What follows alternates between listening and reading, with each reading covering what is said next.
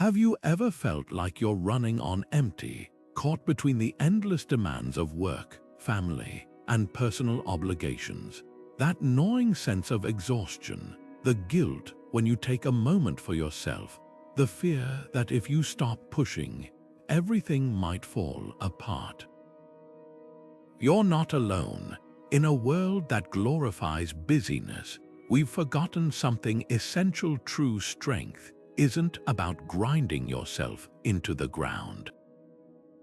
It's about finding balance, and that's where the ancient wisdom of Stoicism offers a lifeline. Picture this: 2,000 years ago, a Roman emperor named Marcus Aurelius faced pressures that would make our modern stressors seem trivial, leading an empire, navigating wars, managing countless responsibilities. Yet he wrote these words: "You have power over your mind, not outside events." Realize this, and you will find strength. What if that strength could be yours too? Stoicism isn't about suppressing emotions or enduring suffering silently. It's a philosophy of clarity, resilience, and most importantly, harmony. It teaches us that self-care isn't selfish. It's the foundation of being able to show up fully for others. Think of it like a tree. If the roots aren't nourished, the branches can't bear fruit. The Stoics understood this deeply. They practiced intentional rest, reflection, and discipline, not to escape their duties, but to fulfill them with greater purpose. And here's the surprising truth: when you start applying these principles, you don't just survive your responsibilities, you thrive within them. This video is your guide to that transformation. We'll explore how Stoic practices can help you reclaim your energy, set boundaries without guilt, and find peace amid chaos. You'll discover how to distinguish between what's within your control and what isn't, how to reframe challenges as opportunities, and why taking care of yourself is the most responsible thing you can do. Because here's the secret the Stoics knew: a fulfilled life isn't about doing more. It's about being more present, more intentional, and yes, more at peace. Ready to begin? Let's walk this path together. At the heart of Stoic wisdom lies a simple but life-changing distinction: the difference between what we can control and what we can't. Epictetus, a former slave who became one of history's greatest Stoic teachers, put it bluntly: some things are within our power while others are not. Your thoughts, your actions, your choices, these belong to you. The weather, other people's opinions, traffic jams, even the demands placed on you at work or home. Those lie outside your control. Yet how often do we exhaust ourselves trying to change the unchangeable? Picture this: you're handed a last-minute project at the office. The deadline is tight, your manager's expectations feel unreasonable, and your inbox won't stop piling up. The Stoic approach doesn't ignore the stress, it reframes it. You can't control the deadline or your boss's demands, but you can control how you prepare, where you focus your energy, and even whether you communicate your limits. This is where self-care and responsibility intersect. When we waste energy resisting what we can't change, we drain the very resilience we need for what matters. Think of it like carrying two buckets. One holds your effort, the other your peace. If you keep pouring both into uncontrollable things, you'll end up empty. But when you redirect that effort wisely, nourishing your mind, setting boundaries, taking purposeful action, you're not neglecting your duties, you're fulfilling them from a place of strength. Here's a challenge: grab a sheet of paper and draw a line down the middle. On one side, list the stressors you can influence: your routine, your reactions, the way you prioritize. On the other, write down what you can't: a colleague's attitude, the economy, the past. Then, do something radical. Let the second column go, not by ignoring it, but by accepting it as the backdrop, not the focus of your life. This isn't passivity, it's the art of conserving your power for where it truly counts. because when you stop wrestling with the immovable, you free up space to care for yourself, and that's when you become unstoppable. How often do we mistake motion for progress? The ancient Stoics recognized this trap long ago, the illusion that being constantly busy means we're being truly productive. Seneca, the great Roman philosopher, wrote extensively about this in his letters, cutting straight to the heart of the matter. It is not that we have so little time, but that we lose so much. He wasn't just talking about wasted hours, he was pointing to something far more profound: the way we confuse activity with purpose. Picture Seneca's own life, advisor to an emperor, prolific writer, sought-after thinker. Yet he carved out sacred time each morning for reflection, study, and what he called the cultivation of the soul.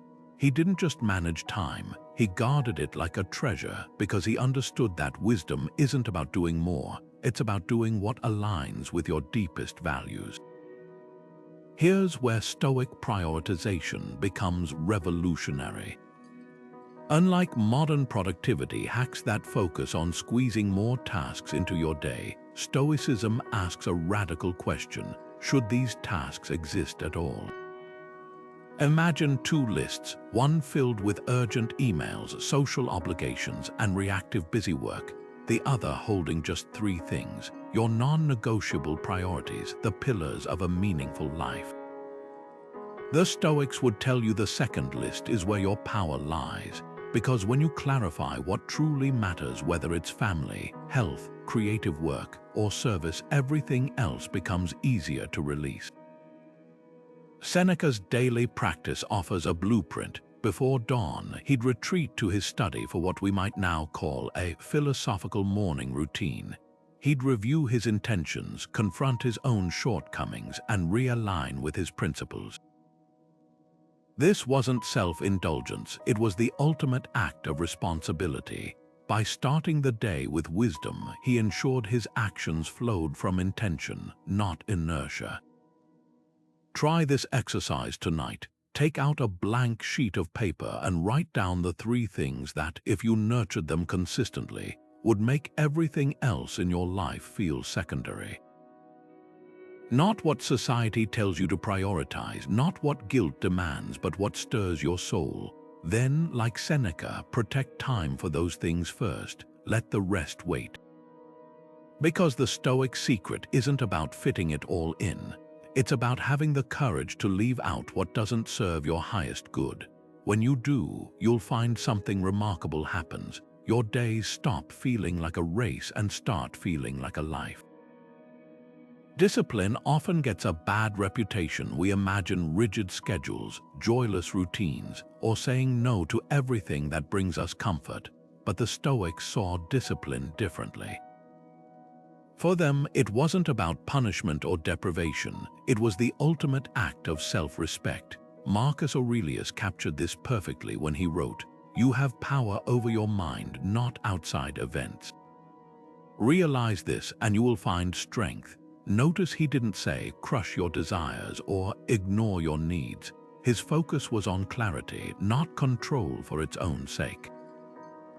Modern productivity culture pushes us toward extremes: hustle until you burn out, optimize every minute, treat rest as a reward you haven't earned yet. The Stoics would have rejected this outright. Their version of discipline was about alignment, not exhaustion. Picture a musician tuning an instrument. The strings shouldn't be too loose or too tight, just enough tension to create harmony. That's Stoic discipline in action. It's the middle path between indulgence and self-denial, where you're neither drowning in distractions nor strangling your humanity in the name of efficiency. Take the daily ritual of journaling, a practice Marcus Aurelius himself followed. His meditations weren't penned in a frenzy between meetings. They were quiet morning reflections, a space to reconnect with his values before the demands of empire pulled him away. This wasn't about adding another task to his list. It was about grounding himself in what mattered. You don't need hours for this. Even 5 minutes of writing down one thing you're grateful for or one intention for the day can shift your entire mindset.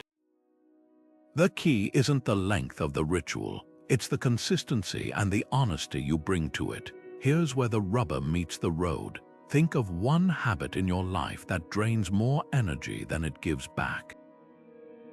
Maybe it's scrolling social media when you're tired instead of resting, or saying yes to requests out of guilt rather than genuine capacity.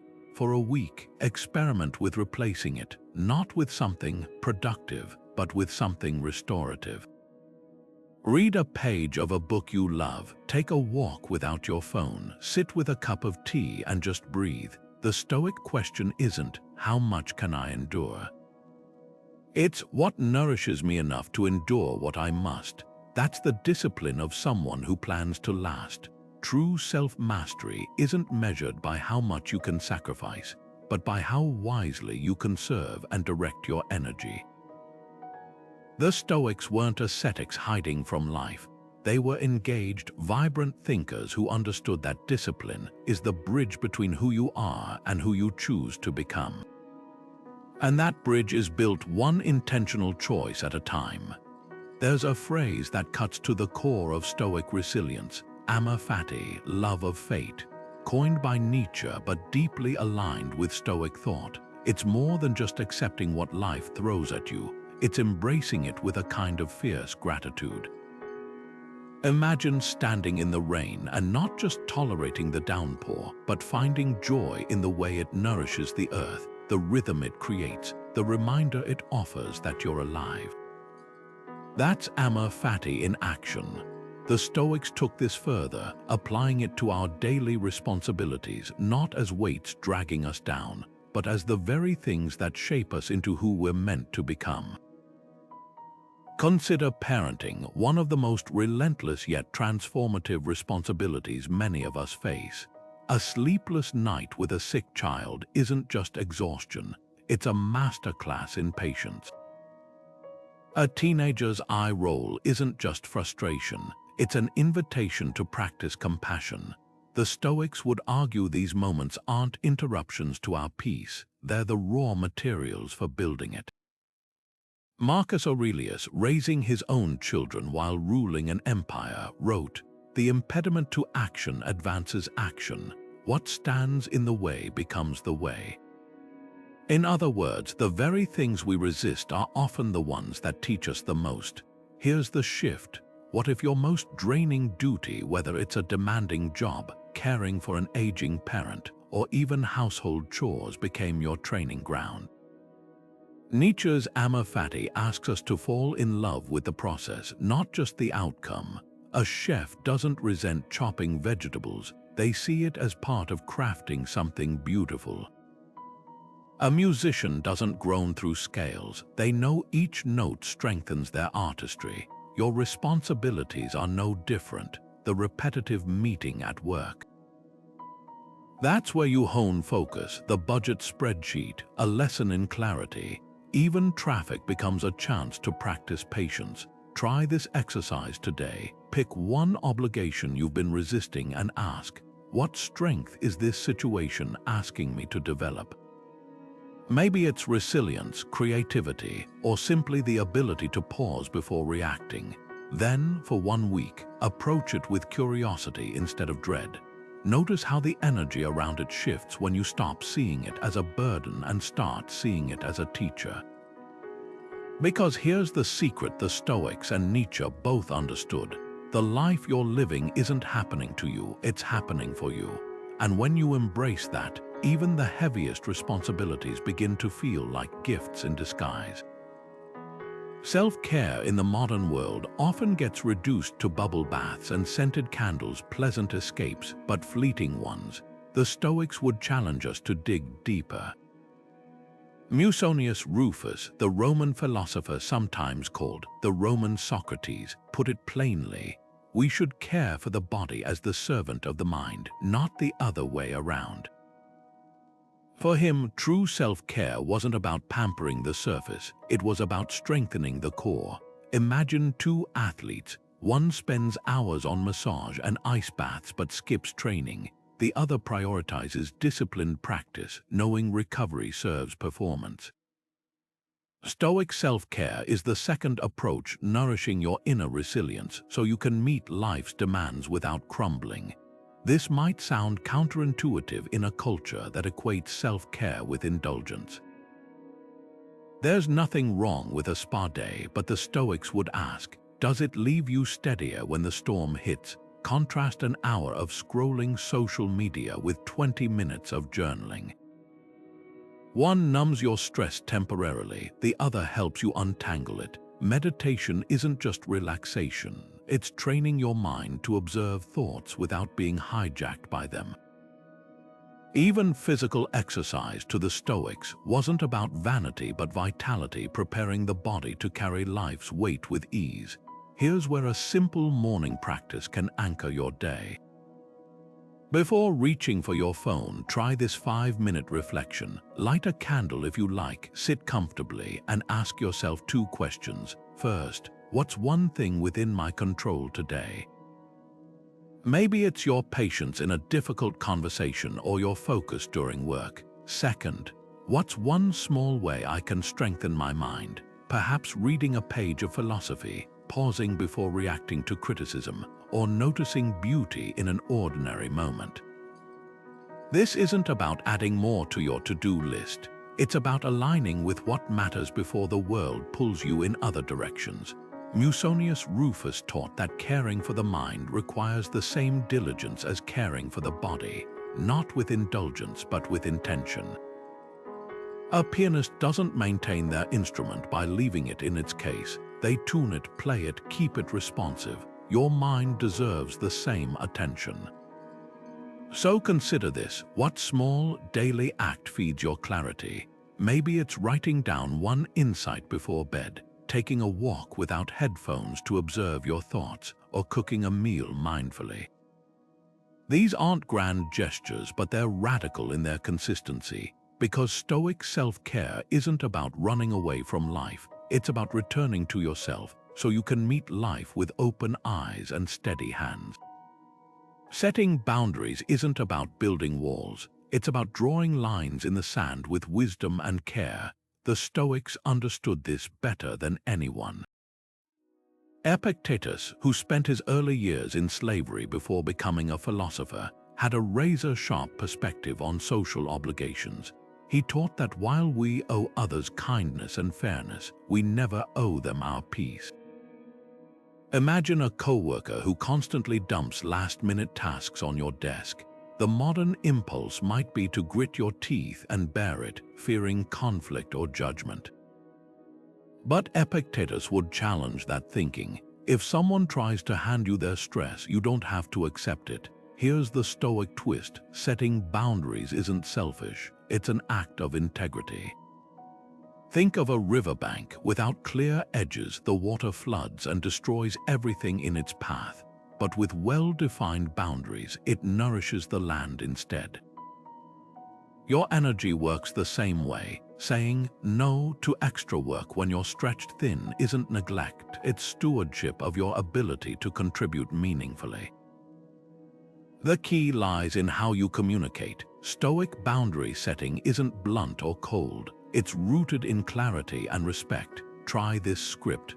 I want to give this project the attention it deserves, but with my current workload, I'd need an extension or additional support. No apologies, no guilt, just truth. Now, let's dispel the myth that self-preservation is selfishness. The Stoics made a crucial distinction between pleasure-seeking and self-respect. Indulging every whim at others' expense, that's selfish. Protecting your capacity to show up fully for your responsibilities, that's wisdom.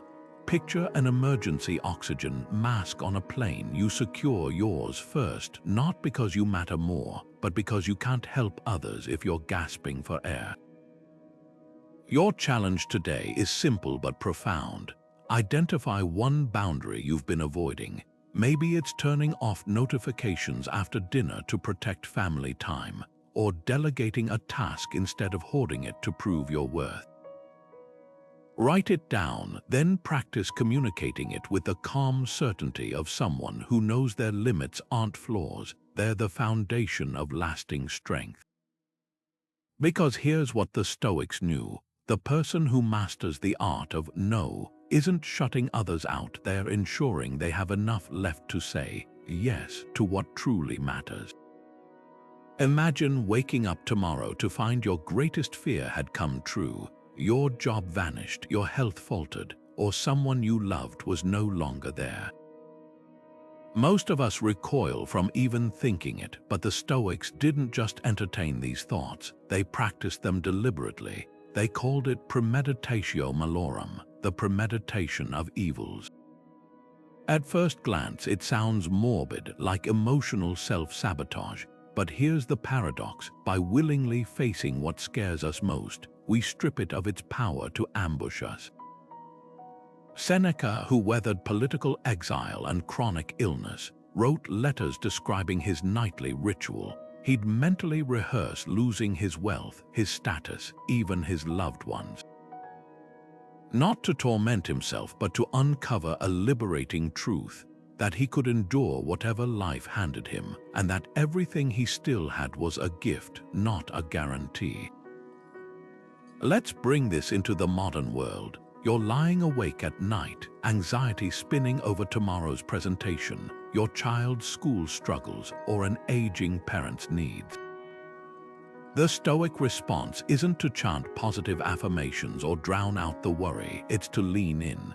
Picture the worst-case scenario not as a looming threat, but as a drill. What if the presentation bombs? You'd revise and try again. What if your child fails a class? You'd find tutors or alternative paths. What if your parent's health declines? You'd adapt, advocate, and cherish the time left. This isn't pessimism, it's emotional inoculation. By rehearsing resilience, you shrink the unknown into something manageable. Here's how to try it today. Close your eyes for 2 minutes, yes, right now if you can, and pick one responsibility that's been weighing on you. Maybe it's a project deadline or a strained relationship. Now imagine the worst plausible outcome. Feel the discomfort, but don't stop there. Ask yourself, what would I do next? List 3 concrete steps you'd take to rebuild or pivot. Notice how your mind starts drafting solutions instead of drowning in dread. That's the magic of Premeditatio Malorum. It transforms fear from a fog into a map. The Stoics knew something our modern minds often forget. Anxiety thrives in avoidance. When we refuse to look at the shadows, they grow larger.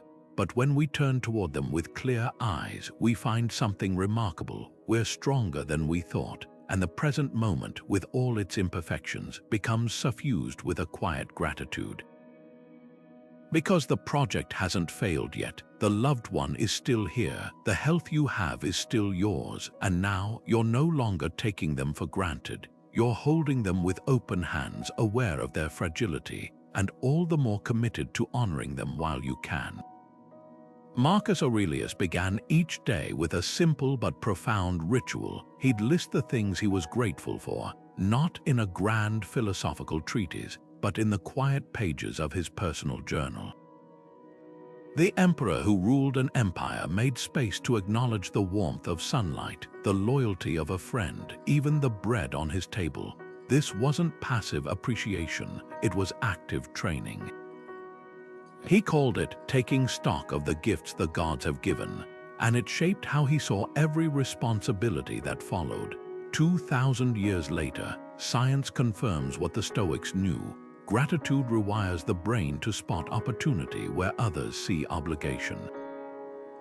Take something as routine as washing dishes. Most of us rush through it, annoyed by the chore, but the Stoic approach flips the script: that warm water. A luxury our ancestors would have marveled at, the plate in your hands, proof you had food to eat, the quiet moment alone, a chance to let your mind settle. This isn't naive optimism, it's strategic perspective. Ancient Stoics and modern psychologists agree. Gratitude doesn't ignore life's difficulties, it puts them in context. A study from the University of California found that nurses who jotted down 3 positive moments before bed experienced less burnout, even in grueling shifts. They weren't denying the stress, they were balancing it with awareness of what still worked.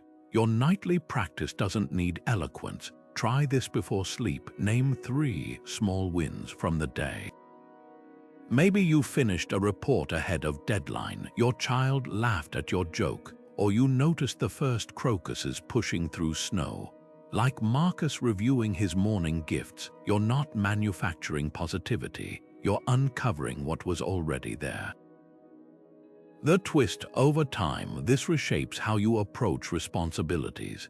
That commute isn't just traffic, it's uninterrupted podcast time. The stack of emails isn't just drudgery, it's evidence people value your input. Here's the challenge: pick one mundane task you'll do tomorrow: folding laundry, attending a meeting, grocery shopping, and ask, what hidden privileges does this reveal? The laundry means you have clothes, the meeting means your voice matters, the groceries mean you're not hungry. The Stoics called this the double gaze, seeing both the surface and the depth. Because gratitude isn't about ignoring life's weight, it's about remembering you're strong enough to carry it, and when you do, something shifts. The duties don't get lighter, but your shoulders grow steadier. Ever notice how some people walk through their front door at the end of the day still carrying the weight of work in their shoulders, while others seem to leave it behind like a coat they hang by the door? The difference isn't luck, it's practice. The Stoics mastered the art of mental transitions long before the term work-life balance existed. Epictetus, who taught from a humble wooden stool in ancient Greece, put it plainly: attention is the rarest and purest form of generosity. And where we direct that attention, especially in those pivotal moments between roles, determines whether we're fully present or perpetually scattered. Think about your commute home. For most, it's just dead time, podcasts playing, traffic cursing, thoughts still tangled in unfinished tasks. But what if those 20 minutes became a bridge instead of a blur? The Stoics didn't have cars, but they understood the power of ritual. Seneca would walk through his gardens to clear his mind between philosophical debates and political duties. Marcus Aurelius used the quiet of dawn to transition from sleep to statesmanship. You don't need a vineyard or an empire, you need intention. Try this: when you turn the key in your car or step onto the subway, take 3 deep breaths and say aloud or silently, what belongs to the office stays there. What belongs to home awaits me. Then pick a sensory anchor: the feel of the steering wheel, the rhythm of footsteps, to ground you in the present. Showers work just as powerfully. The ancient Romans built bathhouses for cleansing both body and mind, and you can repurpose your shower the same way. Let the water symbolize a literal washing away of one role to embrace another. As it pours over you, name 3 things you're releasing from your workday. Maybe a frustrating meeting or a lingering worry. And 3 things you're stepping into at home, like your child's laughter or the quiet of a shared meal. Here's why this matters: every role demands a different version of you. The focused problem solver at work isn't the same as the patient listener at the dinner table. When we fail to transition mindfully, we bring the wrong version to the moment, snapping at our kids like their colleagues, or scrolling through emails when a loved one needs our eyes. Epictetus warned, if you seek truth, be prepared to surrender every set of preconceptions. That includes the mental baggage clinging to you from the last task. Your challenge tonight: design a transition ritual that works for your life. It could be as simple as changing clothes the moment you get home, a physical signal to your brain. Brewing tea while staring out the window, let steam carry away the day's tensions. Or even a role review, where you spend 1 minute acknowledging what you accomplished in your last role before consciously stepping into the next.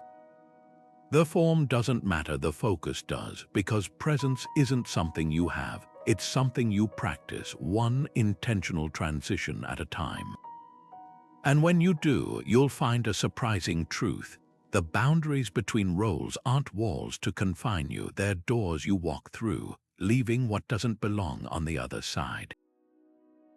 Routine often gets dismissed as the enemy of spontaneity, a dull repetition that stifles creativity. But the Stoics saw it differently. To them, routine wasn't mindless repetition, it was a canvas for mastery. Marcus Aurelius, despite ruling Rome, structured his days with almost monastic precision. Pre-dawn reflection, deliberate work intervals, scheduled walks to clear his mind. His journal reveals why he called these rituals the discipline of ascent, a practice of meeting each moment with full attention rather than drifting through it. The difference between autopilot and intention lies in awareness. Brushing your teeth while scrolling your phone is a habit. Brushing while noticing the mint's coolness, the bristle's rhythm, is a Stoic exercise.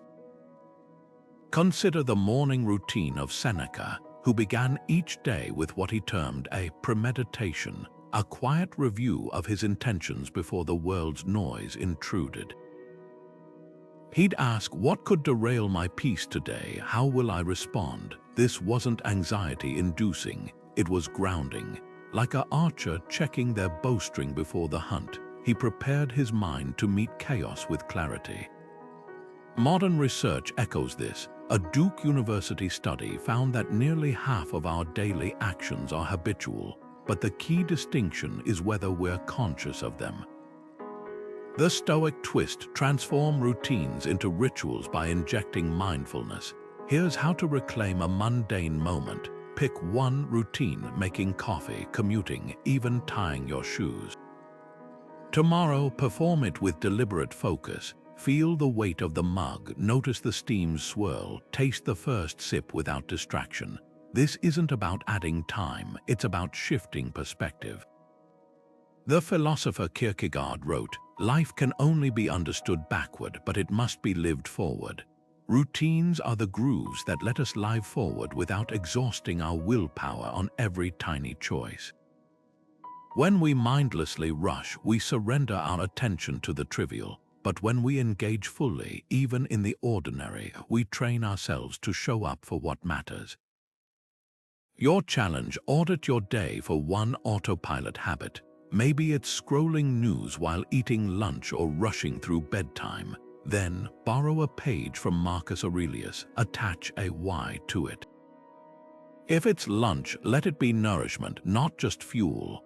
If it's bedtime, make it a transition, not a collapse. Because the magic of Stoic routine lies in its paradox. The more we anchor ourselves in intentional repetition, the freer we become to respond to life's unpredictabilities with grace. After all, a dancer doesn't resent the bar. They know it's what makes the improvisation possible. There's a quiet rebellion in stepping away from the noise, not out of avoidance, but as an act of reclamation. Seneca, in his letters to Lucilius, called solitude that friend who never asks but always gives. He wasn't advocating for hermitage or withdrawal from society. Instead, he described solitude as a mirror, a space where we stop performing for others and finally meet ourselves. Think of it like this: when you're constantly surrounded by voices, colleagues, screens, even the chatter in your own head, it's like trying to hear a whisper in a thunderstorm. Solitude turns down the volume so you can catch what matters. Loneliness aches with absence. Solitude thrives on presence. The difference lies in intention. One flees connection, the other deepens it by first connecting with yourself. Picture two people sitting on a park bench, one scrolling through messages, desperate to fill the silence, the other watching leaves rustle, listening to their own breath. Both are alone, but only the second is practicing Stoic solitude, the kind that doesn't just recharge you, but clarifies why you need recharging in the first place. Seneca's letters reveal a surprising truth. Some of his most profound insights came not from debates in the Roman Senate, but from his nightly retreats to a simple room with only a lamp and his thoughts. "Be a stranger to yourself sometimes," he wrote, "so you can return as a wiser friend." This wasn't escapism, it was recalibration. Modern research echoes this. A Harvard study found that participants who spent just 15 minutes daily in deliberate solitude reported sharper focus and greater emotional resilience. Not meditation or napping, just being with their own minds undistracted. Here's where the thinking walk becomes transformative. Unlike a stroll for exercise or a podcast-filled commute, this is movement with a single purpose: to let your thoughts untangle. No headphones, no destination, just you, your breath, and the rhythm of your steps. Try it this week. Carve out 20 minutes, maybe early morning or after dinner, and walk without agenda. Notice how your mind, freed from inputs, starts connecting dots you'd missed. Problems simplify, creativity stirs. Seneca would nod in approval. This was his version of active rest, where the body moves and the mind sorts. Ask yourself, when did you last sit quietly with your thoughts? No screens, no to-dos, just you. For many of us, the answer is unsettling. We've conflated solitude with boredom, treating silence like a void to fill rather than a space to explore. But the Stoics knew better. In those unguarded moments, we hear the whispers of our own wisdom, the ones drowned out by the noise of obligation. So start small. 5 minutes by a window, a coffee break without your phone. These aren't indulgences, they're the quiet revolutions that remind you who you are beneath the roles you play. Because the person who knows themselves in solitude is the one who shows up fully for others in company. We often hear about time management, color-coded calendars, productivity hacks, squeezing more into each hour. But the Stoics would ask a more penetrating question. What good is managing time if you've mismanaged your energy? Musonius Rufus, the philosopher who trained Epictetus, was adamant about this. The body must be properly exercised to serve the mind well. He didn't mean marathon training or punishing workouts. He spoke of vitality, the kind that lets you meet challenges without crumbling. Think of it like a lantern. You can keep adding oil to make it burn longer, but if the wick is frayed, the flame will still sputter. Your energy is that wick. Modern life often ignores our natural rhythms. We push through afternoon slumps with caffeine, answer emails at midnight, and wonder why focus eludes us. The ancients had no electric lights or smartphones, but they understood circadian wisdom. Roman baths opened at dawn for cold plunges to invigorate the body. Midday meals were followed by rest, the original siesta, and evenings were for reflection, not inbox zero. Compare that to today's non-stop grind. The Stoic solution: build your inner citadel, not just a mental fortress, but an energy sanctuary. Start by tracking your peaks and valleys for 3 days. Note when you feel sharpest, maybe mid-morning, and when you drag post-lunch. Then align your toughest tasks, decision-making, creative work with those peaks. Save routine tasks for lower energy windows. Marcus Aurelius did this instinctively, reserving mornings for deep study and leaving administrative duties for later. It's not about doing more, it's about doing what matters when you're best able. Now, the harder question: what's draining you unnecessarily? That committee you joined out of guilt. The perfectionism that has you rewriting emails 5 times. Musonius Rufus would urge you to audit these leaks with Stoic detachment. Ask, does this serve my highest purpose? If not, delegate, simplify, or let it go. A Roman farmer didn't waste energy plowing barren soil. They focused where the harvest would grow. Your challenge this week: pick one energy drain, something that leaves you exhausted with little return. Maybe it's a social obligation you dread or a chore you could outsource. Then take Stoic action. Eliminate it, automate it or trade it for something that fuels you. Because true productivity isn't about how many hours you burn, it's about how brightly you burn within the hours you have. And when you align your energy with your purpose, something remarkable happens. You stop surviving the day and start commanding it. Every time you say yes to something you don't truly value, you're silently saying no to something you do. The Stoics grasped this trade-off with startling clarity. Epictetus, who began life as a slave and rose to become one of Rome's most respected thinkers, left us a razor-sharp guideline.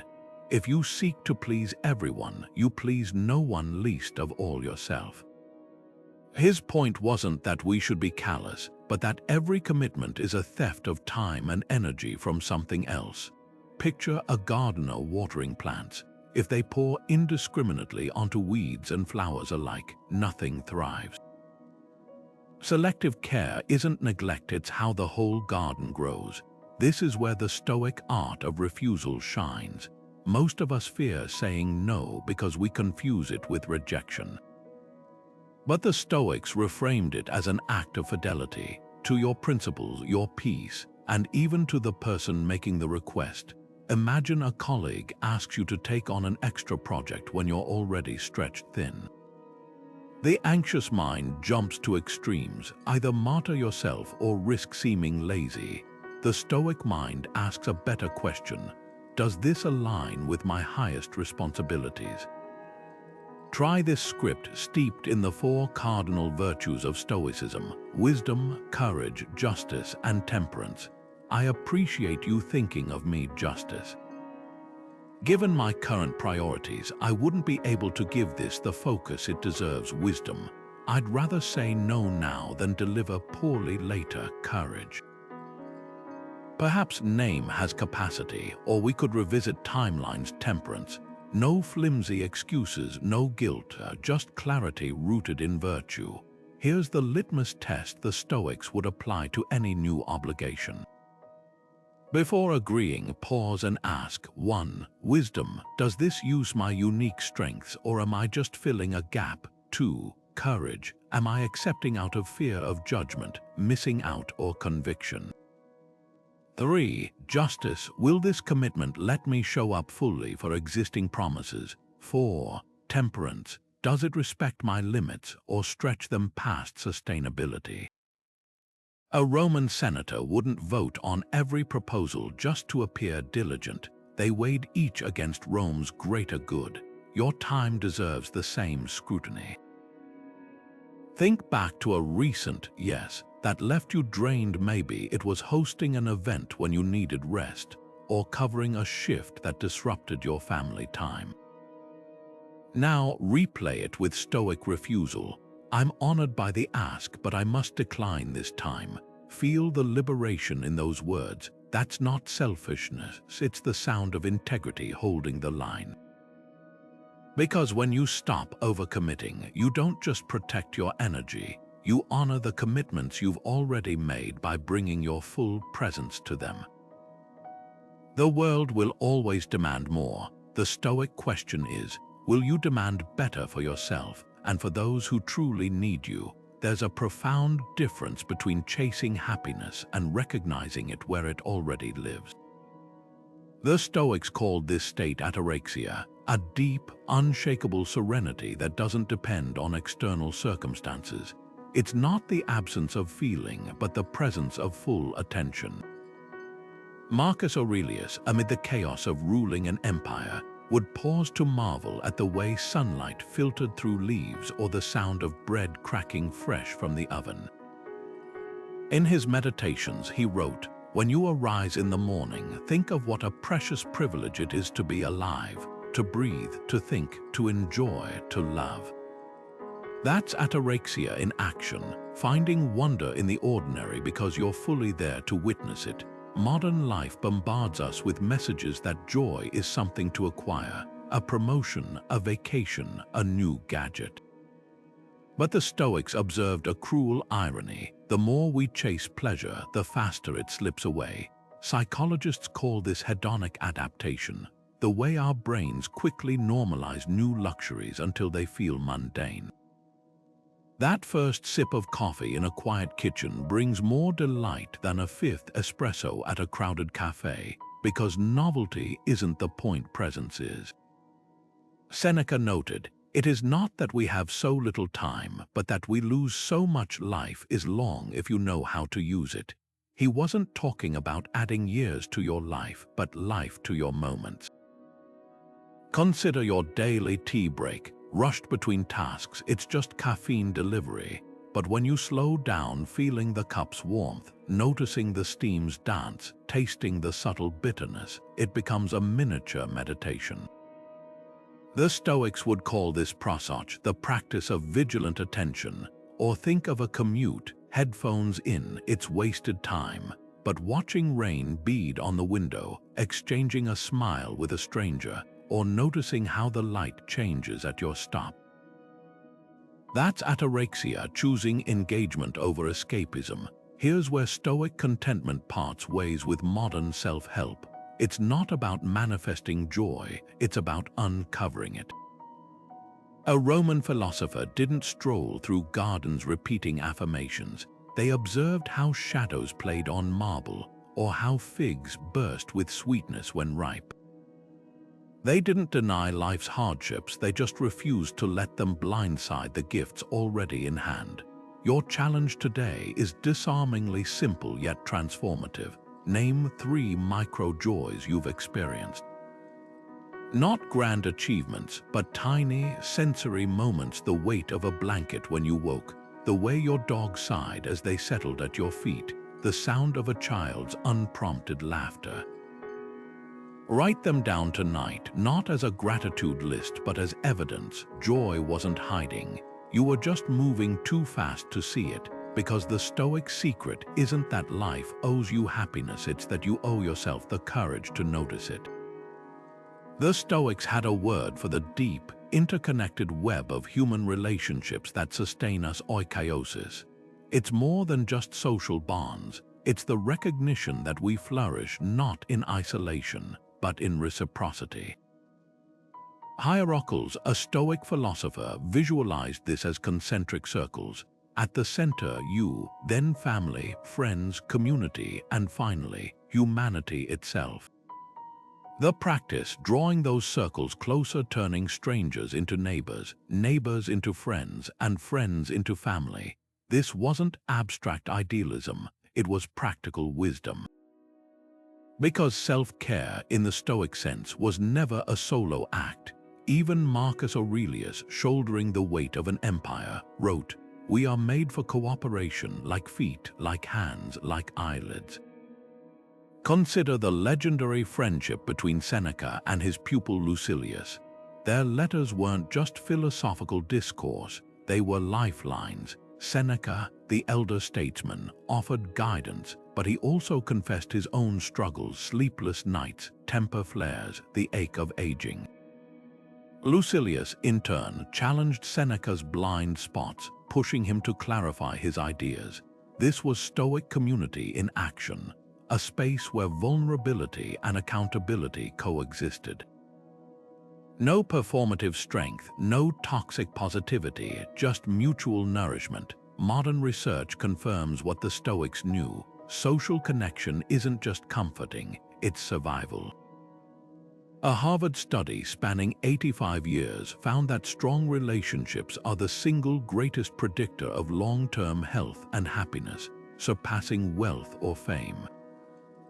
Yet today, we often confuse networking for community, collecting LinkedIn contacts while starving for genuine connection. The Stoic corrective: cultivate your inner circle with intention. Ask yourself, who in my life both challenges and nurtures me? The colleague who questions your assumptions with respect, the friend who listens without fixing, the mentor who reminds you of your potential when you forget. These are your modern-day Stoic allies. Here's how to put oikoiosis into practice. First, map your own circles like hierarchals. Who's in your innermost ring? Are they there by default or by design? Next, identify one person you can draw closer, maybe a neighbor you've only waved at or a coworker who shares your values.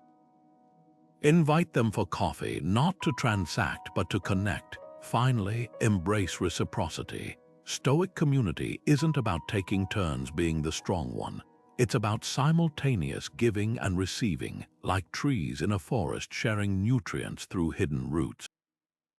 The paradox, true self-care requires us to look outward, not to lose ourselves in others, but to find ourselves reflected in their eyes, because the Stoics understood something we often forget. The hand that steadies another is the same one that steadies itself. Marcus Aurelius faced invasions, plagues, and betrayals that would break most leaders, yet his private journals reveal a startling perspective. The impediment to action advances action, he wrote. What stands in the way becomes the way. This wasn't blind optimism, it was tactical reframing. Picture a blacksmith's forge. The hammer doesn't destroy the metal, it shapes it. Similarly, our obstacles aren't roadblocks. They're the very tools forging our resilience. Consider a hospital ICU during a staffing crisis. Nurses aren't just treating patients, they're improvising with limited supplies, comforting families in crisis, making split-second decisions. One might see chaos, a Stoic sees training. Every overwhelmed moment is drilling adaptability.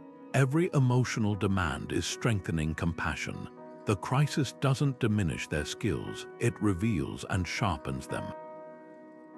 This is the anti-fragile principle philosopher Nassim Taleb later coined. Some things don't just endure stress, they grow stronger because of it.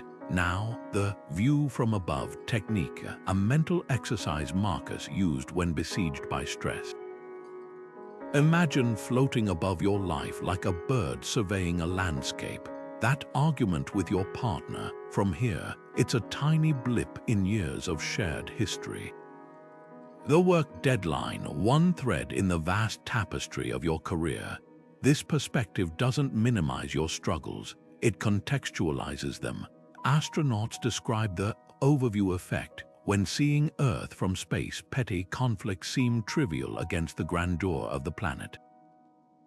You don't need a rocket to achieve this shift. Close your eyes and visualize your current worry from a decade in the future. How much will it matter?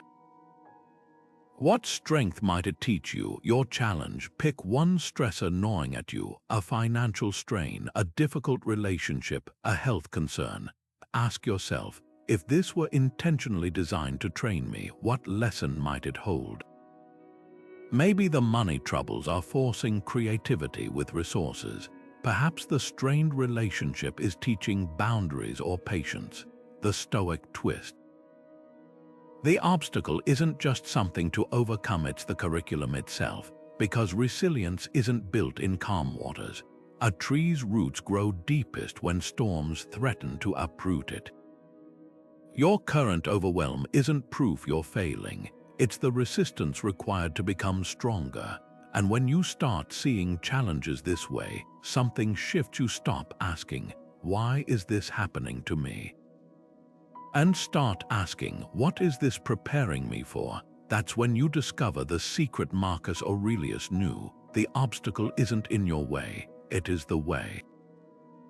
Seneca once warned, to be everywhere is to be nowhere. He wasn't talking about social media, he couldn't have imagined it, but his words cut straight to the heart of our modern distraction epidemic.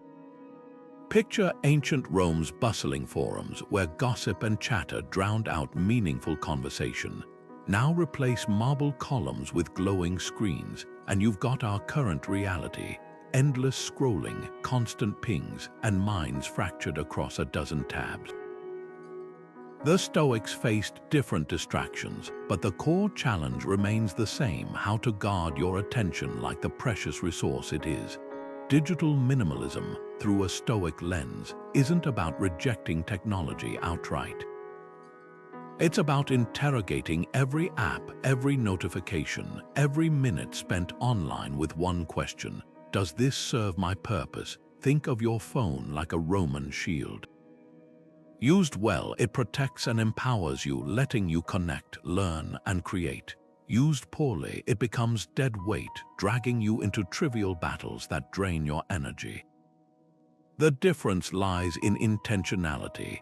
Seneca despised idle chatter not because he was antisocial, but because he knew time was the one commodity you can't replenish. "We are tight-fisted with property and money," he wrote, "yet think too little of wasting time, the one thing about which we should all be the toughest misers." Here's where the Stoic phone fast comes in. Just as Musonius Rufus practiced poverty to appreciate simplicity, try a day without mindless scrolling. Not as a punishment, but as an experiment. Notice what happens when you replace Instagram with a walk, or swap news alerts for a few pages of a physical book. You'll likely discover something startling. The world didn't collapse and your mind feels lighter. The goal isn't to live like a hermit. It's to break the autopilot grip of habit and ask what digital inputs actually enrich me and which ones just numb me. Consider the last time you reflexively reached for your phone in a quiet moment. Maybe you were waiting in line or sitting on a park bench. That urge isn't just boredom. It's a conditioned escape from being alone with your thoughts. The Stoics would call this a missed opportunity. Epictetus taught that solitude is where we meet ourselves, yet we've trained ourselves to flee it with dopamine hits from endless feeds. Try this countermove. Next time you feel that pull, pause for 3 breaths. Ask, what clarity am I avoiding? You might find the silence isn't empty. It's full of insights you've been too distracted to hear.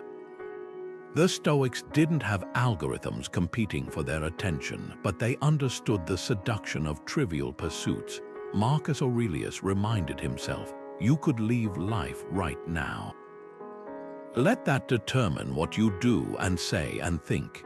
It's a jarring thought, but that's the point. When we confront our finite time honestly, the choice becomes clear. We can let screens fragment our days into reactive scraps, or we can wield technology with the precision of a sculptor, chipping away distractions to reveal the shape of a meaningful life.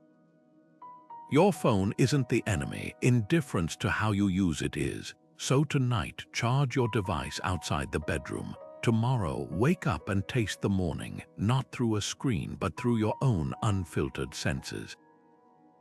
The Stoics would call that not deprivation, but freedom.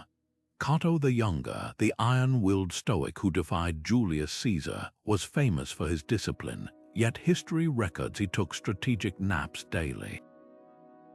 Not out of indulgence, but as calculated recovery between Senate debates and military campaigns. This wasn't laziness, it was tactical. The Stoics had a radical view of rest, not as the absence of work, but as the presence of restoration. Imagine 2 blacksmiths, one pounds metal non-stop until his arm fails. The other pauses between strikes to let the iron cool and his muscles reset. Both are working just as hard, but the second crafts a sharper blade. That Stoic rest, the quiet space where resilience is forged. Modern hustle culture treats rest like a battery recharge, something you grudgingly do so you can grind again. The Stoics saw it differently. To them, rest was ascesis, a disciplined practice as vital as training. Seneca wrote of balancing active hours with hours of renewal, comparing the mind to fertile soil that must lie fallow between harvests. Burnout isn't caused by hard work, it's caused by uninterrupted depletion. Picture a candle burning at both ends. It doesn't just go out faster, it drowns its own wax in smoke. Deliberate pauses prevent that suffocation. Here's where the nothing hour becomes revolutionary. One evening a week, block time for literal nothingness, no screens, no chores, no self-improvement. Not meditation with an app guiding you, not productive leisure like reading philosophy. Just you, a window, and the sound of your breath. Cato's naps worked because they were intentional withdrawals from doing, not distractions masquerading as rest. The modern equivalent, that empty space where creativity stirs and perspective resets. Try it tonight. Sit quietly until you notice 3 things you'd overlooked.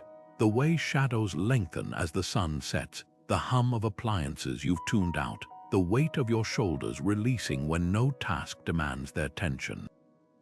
Now, the uncomfortable question: when did you last rest without guilt? Not because you'd earned it, not as a pit stop between obligations, but as a sacred act of stewardship over your own humanity.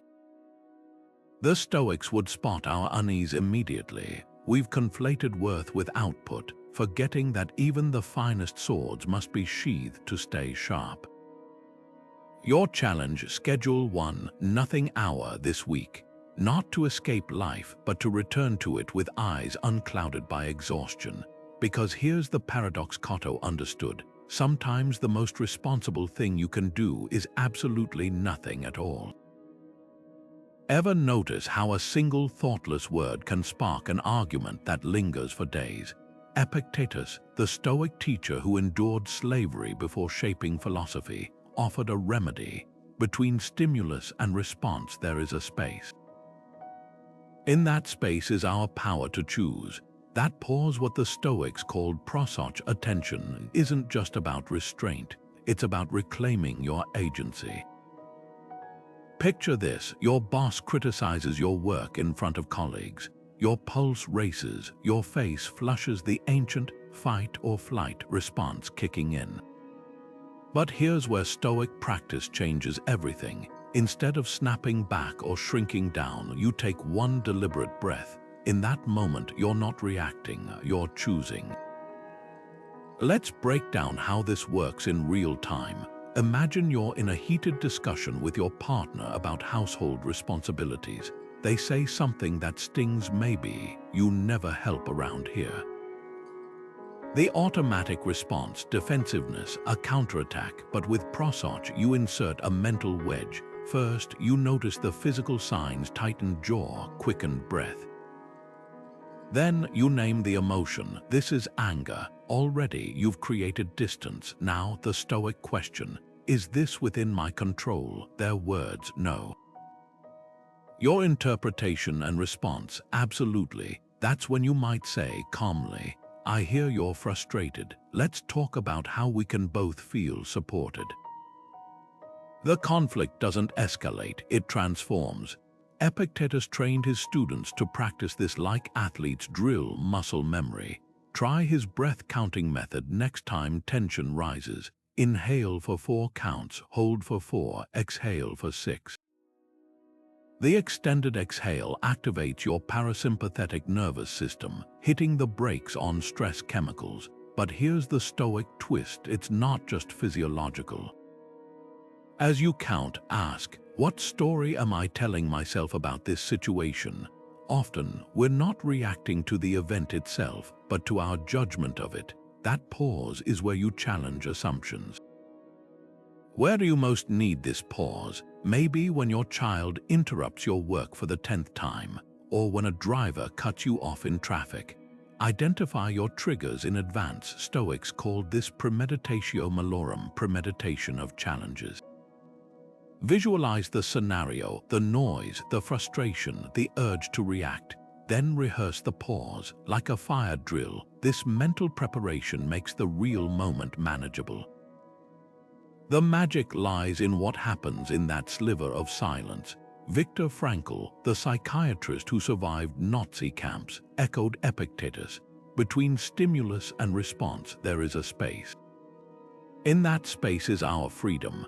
That space is where you stop being a puppet jerked by external forces and start being the person who pulls your own strings.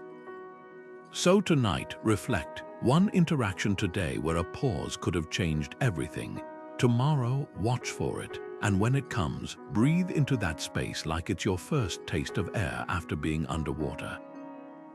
Because in many ways it is. Marcus Aurelius led an empire, yet he wrote with striking humility about delegation.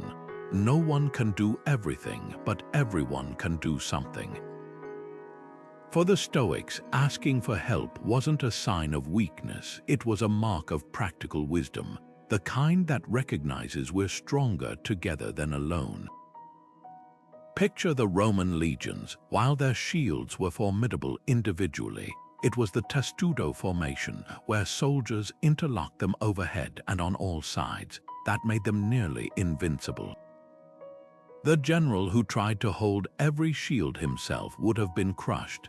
That's the essence of Stoic delegation, knowing which shields to hold and which to trust others to carry. Modern perfectionism twists this. We cling to tasks out of fear that others won't meet our standards, that will appear replaceable, that admitting limits is failure. But the Stoics would call this arrogance disguised as diligence. Epictetus challenged his students. Do you think nature gave you hands to do all things yourself, or to work in concert with others? Think of a master carpenter teaching an apprentice. They don't hover, redoing every cut. They guide, correct, and trust. The apprentice grows, and the carpenter's energy is freed for more complex work. That's the multiplier effect of wise delegation. It doesn't just lighten your load, it strengthens the whole team. Consider a project at work where you're drowning in details.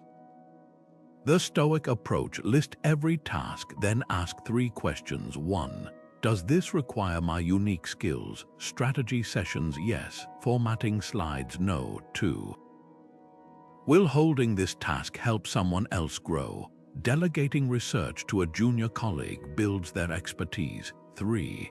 What's the cost of not letting go? Your exhaustion stifles creativity where it's needed most. Perfectionism often masquerades as responsibility, but the Stoics saw it as a failure of perspective. The baker who insists on milling every grain himself runs out of time to bake bread. The mother who won't let her partner pack lunches misses moments to connect with her kids. Even Marcus, with the weight of Rome on his shoulders, relied on trusted advisors for logistics so he could focus on governance. Your challenge today: identify one task you're clutching like a security blanket. Maybe it's micromanaging a family member's chore, redoing a coworker's report, or refusing to outsource housekeeping despite exhaustion. Now, imagine handing it to someone else, not as abandonment, but as an investment in their growth and your sanity. Start small. Delegate a grocery run to your teen. Ask a colleague to lead a meeting segment, or hire a neighborhood teen to mow the lawn. Notice the sky doesn't fall. Instead, something remarkable happens. You rediscover the Stoic truth that trust isn't surrender. It's the bridge to collective strength. Because here's what the legions knew: no shield wall holds unless each soldier trusts the other to keep their position. And sometimes the bravest thing you can do is lower your shield just enough to let someone else step forward. As the sun dips below the horizon and the chaos of the day finally quiets, there's a sacred space waiting to be claimed, not for scrolling or streaming, but for something far more transformative. Seneca, the Stoic philosopher who advised emperors, ended each evening with a practice he called animadversio, a Latin term meaning to turn the mind inward. While we might collapse onto the couch to numb out with TV, he'd retreat to his study with a simple question: what part of myself did I neglect today? Not self-criticism, but calibration. Imagine ending your day not with distraction, but with deliberate reflection, not to dwell on missteps, but to distill wisdom from them. Start with Seneca's 3 core questions, adapted for modern life. First, where did I exert control wisely today? This isn't about productivity wins. It's about spotting moments when you chose your response instead of reacting blindly. Maybe you paused before snapping at a rude comment or redirected an anxious thought. Second, where did I surrender control unnecessarily? Did you obsess over a stranger's opinion or waste energy rescheduling a meeting cancelled by others? The goal isn't guilt, it's noticing patterns. Finally, the most potent question: What one small adjustment would make tomorrow richer, not a grand overhaul, but a single shift. Perhaps it's leaving your phone in another room during breakfast, or setting a timer to stand and stretch every hour. Now, contrast this with the default evening ritual, auto-playing episodes until your eyelids droop. Passive consumption leaves no room for integration. It's like eating without digesting. You're full but malnourished. Seneca's review, on the other hand, is mental digestion. A journal makes this tangible. Try this template. 1. Control celebrated 1 intentional choice. 2. Control surrendered 1 reactive moment. 3. Tomorrow's tweak 1 actionable step. Keep it brief, 3 lines max. The magic lies in consistency, not volume. Over weeks you'll spot themes. Maybe you routinely surrender control to others' urgency, or you're sharpest when you start the day with silence. Here's the invitation. Tonight, before you reach for the remote, grab a notebook. Ask yourself, if I could carry 1 insight from today into tomorrow, what would it be? Maybe it's realizing that rushing through dinner left you disconnected from your family, or that the 15 minutes you spent staring at the sky brought unexpected calm. The Stoics didn't reflect to dwell in the past, they did it to illuminate the path ahead. And in that quiet space between today and tomorrow, you might just find something rare, not just the day you had, but the day you're about to shape. Cato the Younger, that unyielding pillar of Stoic virtue, did something curious for a man of his political stature. He regularly escaped Rome's chaos for his rustic farm. Not for months-long sabbaticals, but for brief, intentional retreats. While his contemporaries saw leisure as a luxury reserved for annual festivals, Cato understood a deeper truth. Clarity isn't cultivated in marathon vacations booked 6 months out, but in the quiet pockets we carve between obligations. Picture him there, trading Senate togas for simple tunics, pruning olive trees not as an escape from duty, but as a way to return to it with sharper vision. This was the original Stoic sabbatical, a micro-reset disguised as agrarian simplicity. Modern life has convinced us that restoration requires a 2-week beach getaway or a mountain cabin retreat. But here's what the Stoics knew. Waiting for that rare break is like waiting for rain in a drought. You'll wither before it comes. A Silicon Valley CEO I once coached revealed her secret. Every quarter, she books a hotel room 10 minutes from her office for what she calls a CEO solstice. No grand itinerary, just 4 hours with a notebook, a walk, and 1 question.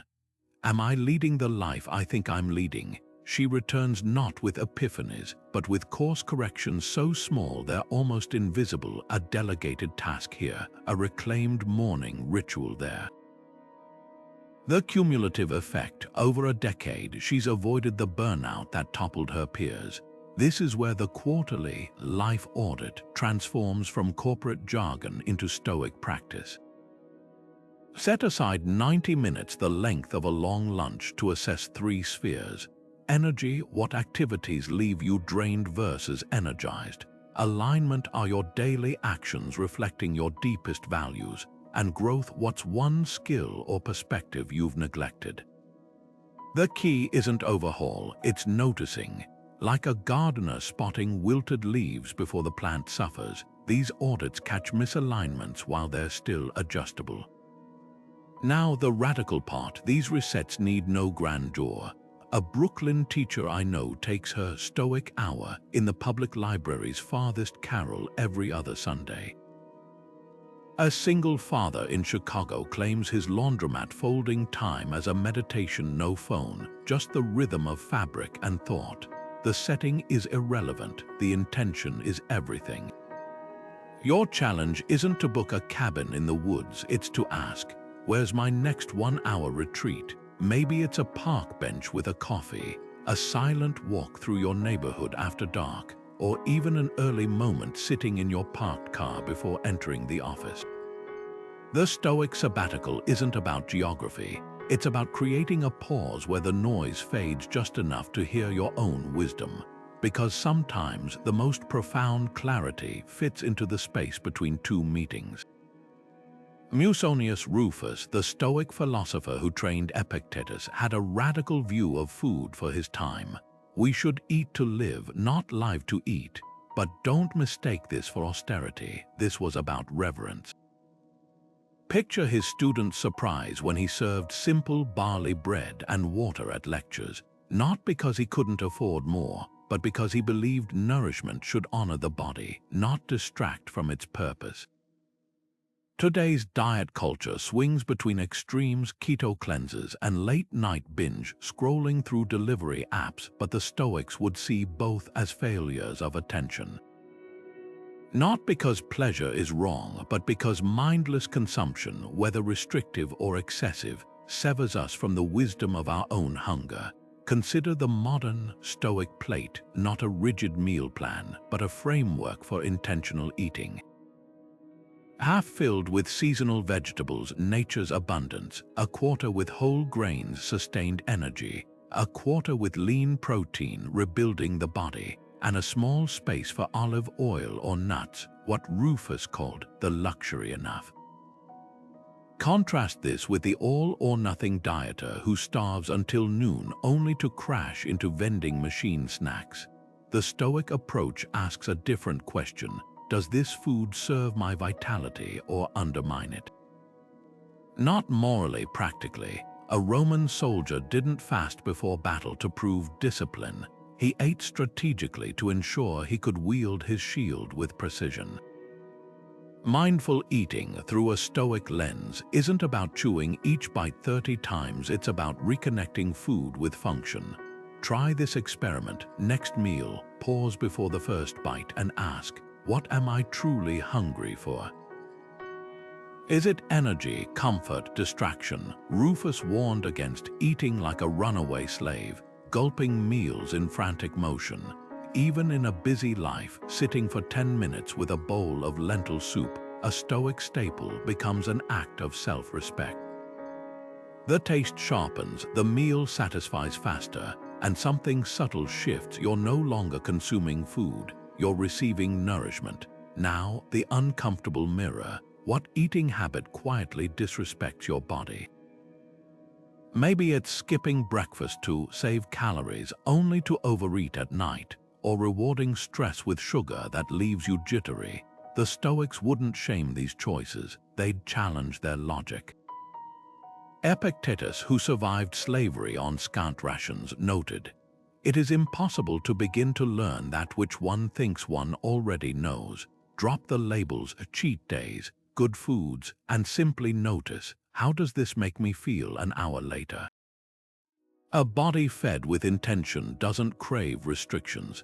It naturally gravitates toward what sustains it. Here's where Stoic temperance diverges from modern dieting. It's not about denying pleasure, but about elevating it. A single square of dark chocolate savored slowly delivers more joy than a mindless candy bar inhaled at your desk. Rufus taught that simple foods, ripe figs, coarse bread, sharp cheese, could be feasts when approached with presence. This week, try one Stoic meal, unprocessed, seasonal, eaten without screens. Notice the difference between being full and being nourished. Because the ultimate goal isn't a number on a scale, it's the quiet dignity of treating your body like the temple it is, one conscious bite at a time. Epictetus, born a slave and later one of Stoicism's greatest teachers, had a piercing view of wealth. It is not the man who has too little, but the man who craves more that is poor. He didn't condemn money itself, he condemned the illusion that it could buy peace. Picture a Roman merchant fretting over his competitor's larger villa, or a modern professional leasing a luxury car to impress strangers at stoplights. The suffering isn't from lacking resources, it's from chaining your worth to things you don't truly own. Because here's the Stoic paradox: the more you define yourself by external symbols, the less control you have over your own happiness. Now consider Crates of Thebes, a wealthy philosopher who famously abandoned his fortune to live in austerity. When questioned why, he'd smile and say, "You call this poverty? I call it freedom from masters." His radical act wasn't about rejecting comfort, it was about exposing the hidden cost of excess. Every status symbol demands something in return: maintenance, upgrades, the anxiety of loss. That designer watch, it's not just telling time, it's whispering. What if they notice it's last year's model? The Stoics recognized this centuries before behavioral economists coined the term hedonic treadmill, the endless chase for more that never satisfies. Let's bring this into your budget. Grab your last bank statement and highlight every expense tied to appearances. The upgraded phone plan for features you never use, the premium gym membership you attend twice a month, the subscription boxes piling up unopened. Now ask Epictetus' question: does this purchase expand my freedom or my burdens? A minimalist budget isn't about deprivation. It's about auditing the invisible taxes on your peace. The ancient Stoics lived simply not because they couldn't afford more, but because they valued clarity over clutter. Here's the litmus test. If no one would ever see or praise this purchase, would you still make it? The organic groceries that fuel your health? Probably yes. The trendy shoes that pinch your feet but earn compliments? That's the Stoic red flag. Wealth, to Epictetus, was never about the number of coins in your purse, it was about the gap between your needs and your wants. When that gap narrows, you stop living to impress and start living with intention. Your challenge today isn't to sell all your belongings like crates, but to identify one expense that costs more in anxiety than it delivers in joy. Maybe it's the car payment devouring a third of your income, or the daily coffee habit that's really about avoiding your desk.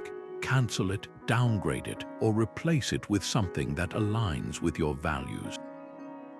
Then notice the quiet miracle. The world doesn't judge you. It never really was. The chains were always in your mind, and the key was simply letting go.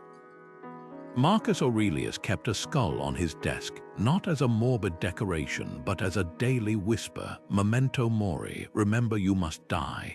At first glance, this seems grim, but the Stoics wielded mortality as a whetstone to sharpen how they lived.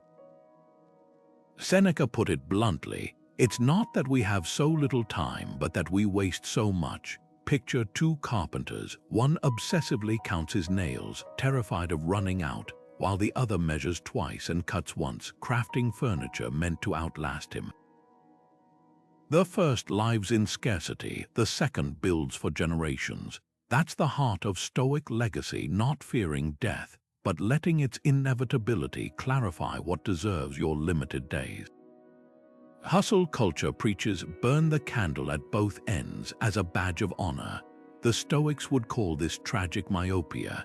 Imagine a farmer who exhausts his soil by overplanting year after year. Eventually, nothing grows. Your energy works the same way. Seneca warned, life is long if you know how to use it, but we've twisted this into life is long if you cram it full. Legacy isn't built in sleepless marathons. It's cultivated in seasons of purposeful effort and deliberate rest. Consider the pyramids. Their builders didn't work 24/7. They followed rhythms of labor and recovery, creating monuments that still stand millennia later. Here's where memento mori becomes liberating. When you accept that your time is finite, you stop chasing every trend and start asking, what do I want to leave in my wake? Not a resume of late nights, but a ripple of meaningful impact. A teacher's legacy isn't the stacks of graded papers, it's the students who carry her wisdom into the world. A parent isn't the overtime hours worked, it's the values etched into their child's character. The Stoics measured wealth in influence, not income, because gold rusts but lessons echo. Grab a pen and draft your life's work statement in 3 sentences, not a to-do list, but the essence of what you want your existence to stand for. For Marcus Aurelius, it might have been, I governed with justice, I loved wisdom, I remained a student until my last breath. Yours could be as simple as, I healed with kindness. I created beauty, I left people better than I found them. This isn't a bucket list, it's a compass. When faced with a decision, whether to take that lucrative but soul-crushing job or to scroll mindlessly instead of playing with your kids, ask, does this align with my legacy? The irony, hustle culture burns bright and fast like a firework. Stoic legacy smolders like an oak, steady, deep-rooted, and built to weather storms. You don't have to choose between passion and sustainability. The carpenter who cherishes his tools doesn't use them recklessly. He maintains them so they can shape 1,000 boards. Your mind, body, and spirit are those tools. Treat them not as disposable, but as instruments of a work that outlives you, because when death finally knocks, and it will, you won't wish you'd sent more emails. You'll ask, did I build something that endures? That's the Stoic question that changes how you live today. We've traveled far together on this Stoic path, from understanding what's within our control to reshaping how we engage with our responsibilities, from setting boundaries with courage to discovering that self-care isn't selfish but sacred. But here's the heart of it all. Stoicism was never about denying life's joys or grinding through duty with clenched teeth. It's about alignment, the kind that lets you meet chaos with clarity, obligations with energy, and fleeting moments with full presence. Think back to where we began, that exhausted feeling of being pulled in every direction. What if the solution wasn't doing less, but doing what matters with your whole self? Marcus Aurelius left us a compass for this very journey. In his private writings, he reflected, the happiness of your life depends upon the quality of your thoughts. Not the quantity of your possessions, not the approval of others, not even the absence of struggle, but the way you choose to move through it all. That's the Stoic secret hiding in plain sight. A fulfilled life isn't measured by how much you accumulate, but by how deeply you inhabit each day. The parent fully engaged in a child's laughter, the artisan losing track of time in their craft, the leader who serves with steady hands, these are the lives that echo.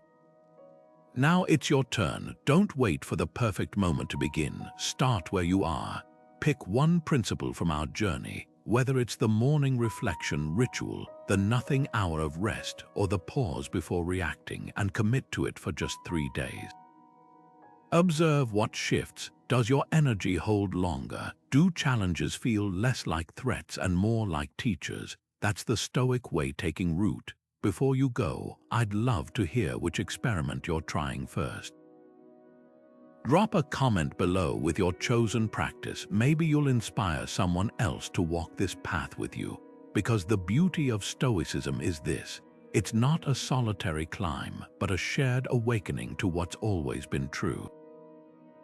You are stronger than you know, more resilient than you feel, and far more capable of crafting a life that doesn't just look good to others, but feels like coming home to yourself. As Marcus would say, waste no more time arguing what a good person should be. Be one. Your next step begins